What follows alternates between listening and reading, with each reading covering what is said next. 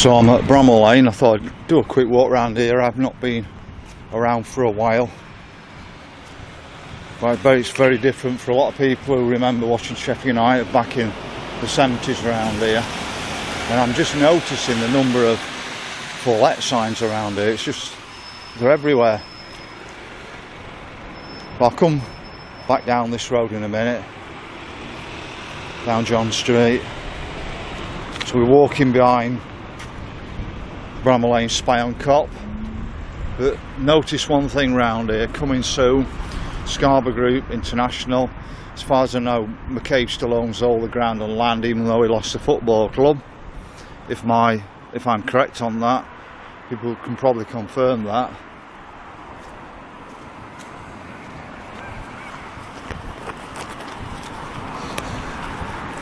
But I'll show you some of these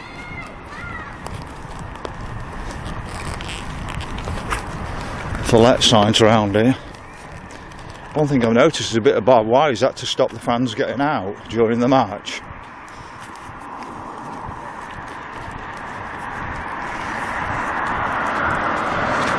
If you look along this row of terraces, there's for let signs all the way along it. No longer feels like my Sheffield around here, and I'm at Bramall Lane. I've been there. I've been there. So there you can see the back of the cop.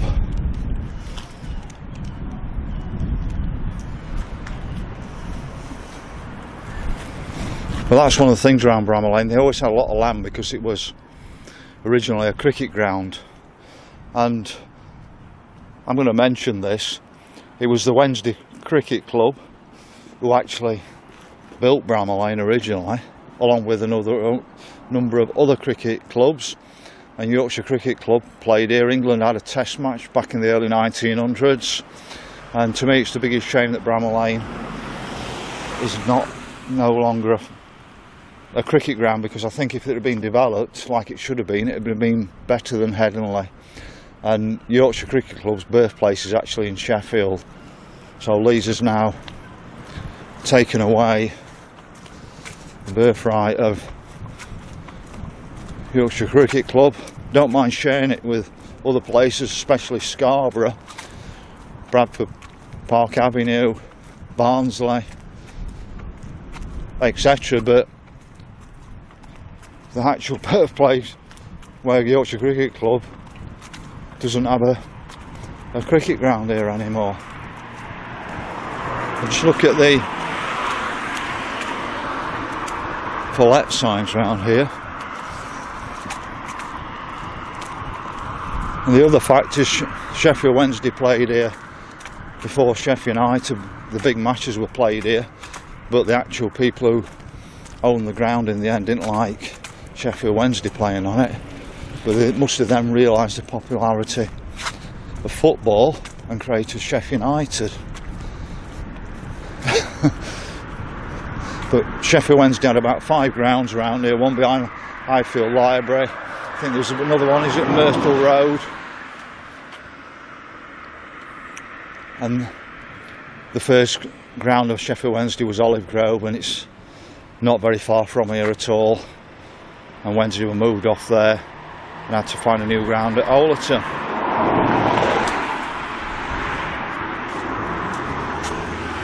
But as you can see, there's property signs for letting all the way along here. You can see it all in green. So who owns all these properties now to be letting them out like this? Big corporations from London.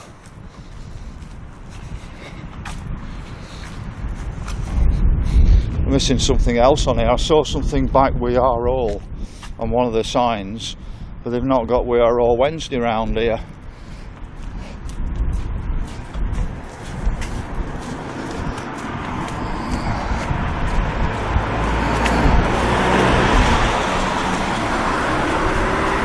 So we're coming up to Cherry Street now. But I mean, are these shut down or are they just opening up? midweek, but look at the green signs all the way down it, and orange ones as well along there as well.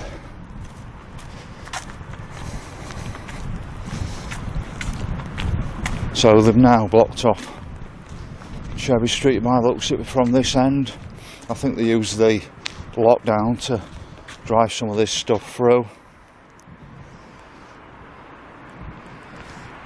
I've been in every stand in Bramall Lane, and I was in for a Wednesday derby in the Bramall Lane Cop. I didn't jump up when Wednesday scored, but at the same time I didn't jump up when United scored.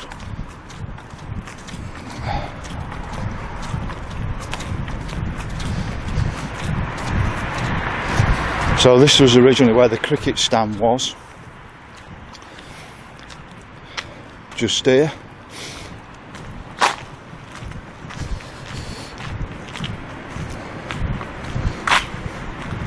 I think it came out a lot further than that, I imagine, because cricket ground's a lot longer than the football ground. So I remember my dad bringing me here to Bramall Lane in the 1970s, even though I'm staunch Wednesday years. He brought me along to see Tony Curry, and we stood on the corner of the cricket area watching the match. I think probably somewhere around here or just on the other side, but I know it was on the cricket area of Bramall Lane, not actually in the stadium part.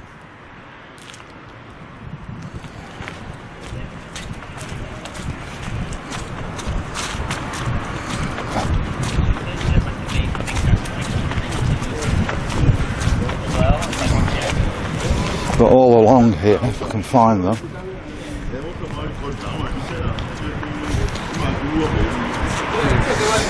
I think we also see, just got a couple of figures down here.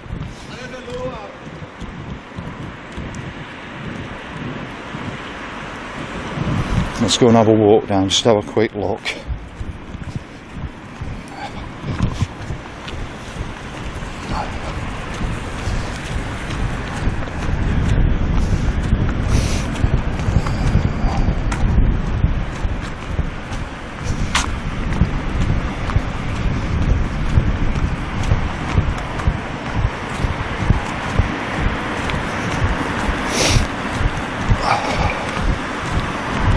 So here we have Sheffield Wednesday folk hero Derek Dooley, top scorer. If only he hadn't broke his leg. Tragic thing with Derek, he was sacked, I think it was on Christmas Eve when he was Sheffield Wednesday manager. And Derek would have been happy to do any job at Sheffield Wednesday, but they didn't give him that option after he'd been sacked.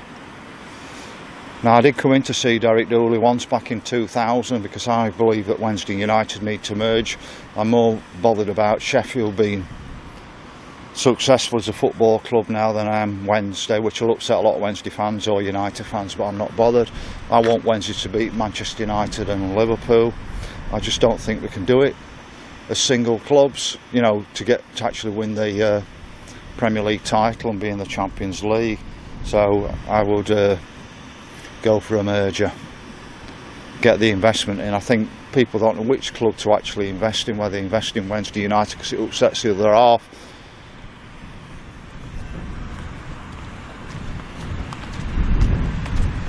I'm just looking at Joe Shaw.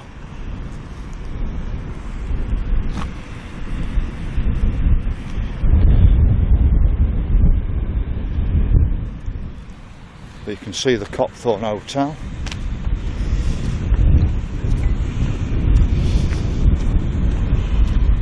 The funny thing is about Bramall Lane, every stand has been mirrored like Hillsborough, so but they've always come after the stands at Hillsborough. So the Cherry Street looks like the North Stand at Hillsborough. Our cantilever stand, built in the 1960s, still looks absolute classic now. You can see, so it looks so different round Bramall Lane now.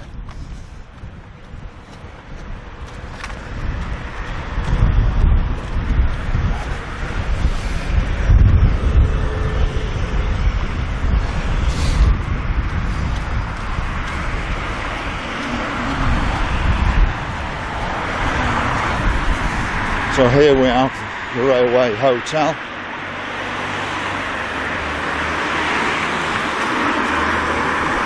Proper Sheffield pub by the looks of it.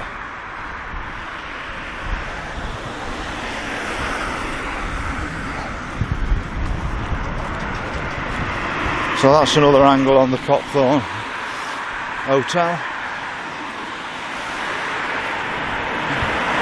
If McCabe's financial group still own it, he's minting it.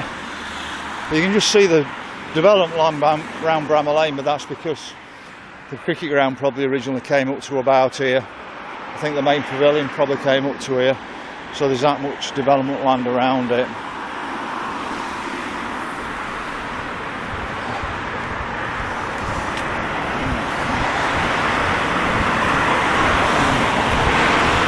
So we're at the Cherry Street stand, very much like our Leppings Lane, or it was. I used to stand at the bottom. I used to enjoy it on the bottom of Bramall Lane stand.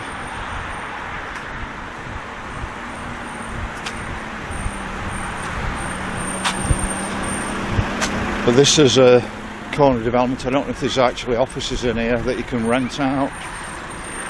Then you come into the main stand, back of the Bramall Lane end.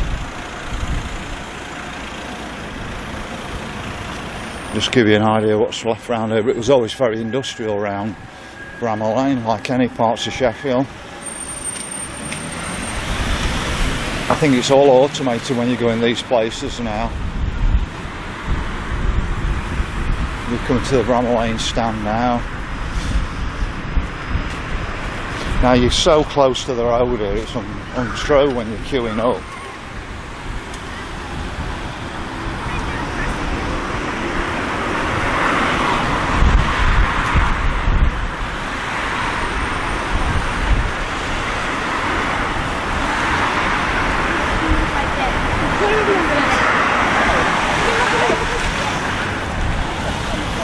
So you can see some of the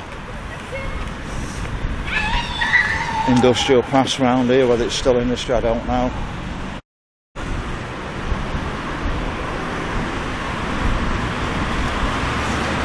So I think people know what that all means, don't they?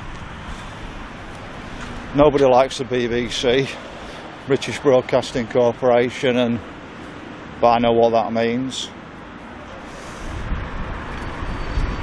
I'm not just repeating it on video.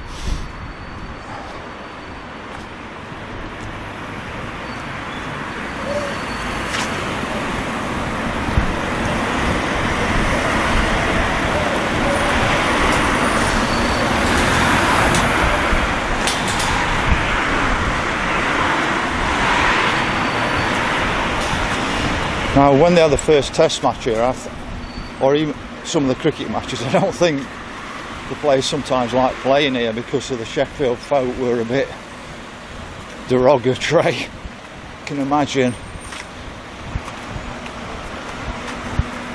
One thing about Sheffield folk, they were honest, whether you liked it or not.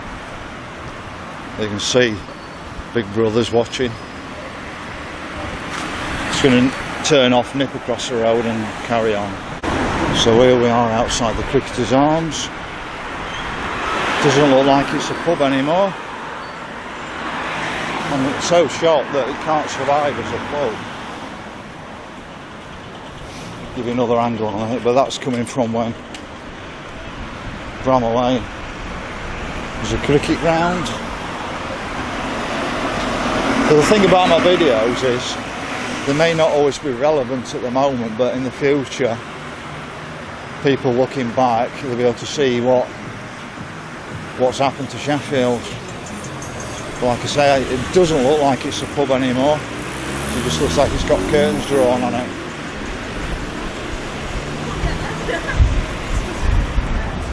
So you've got another business unit you can rent on the corner of Bramall Lane.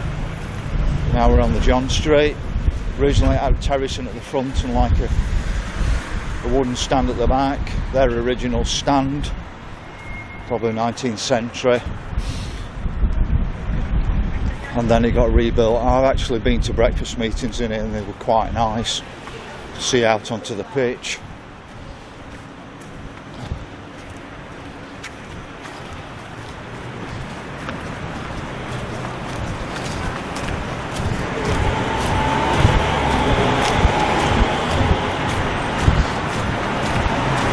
But as far as I know, like Sheffield Wednesday, Wednesday's had the ground sort of taken away from the football club by Chanzira, and the same's happened at Bramall Lane, and it's all about real estate nowadays if people don't realise it. It's all about the money they can get out of the land and adding it on, but Chanzira's not done a very good job down at Hillsborough. So much potential down at Wednesday, and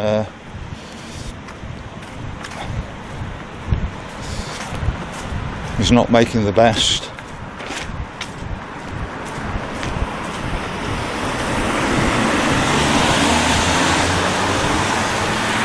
If somebody tells me a story, and I don't know how true it is. Bill Gates, I don't particularly like the guy because I don't like his ethics, but he said one thing which I totally agree with him about, if it's true. He said that if he was going to buy a couple of clubs and merge them, he'd buy Sheffield Wednesday and Sheffield United. But I wouldn't want him in control.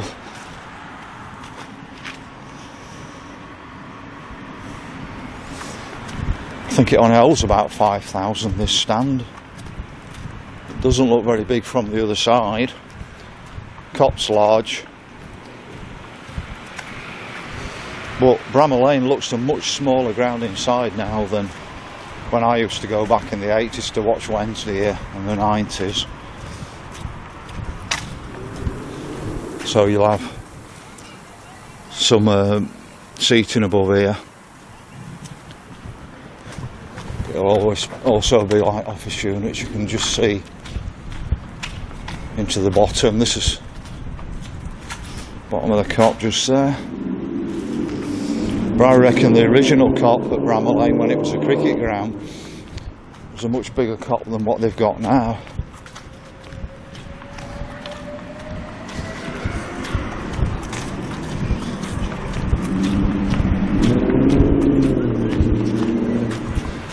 So that's it, that's a quick tour of Bramall Lane and the change in history around Bramall Lane. Time doesn't stand still.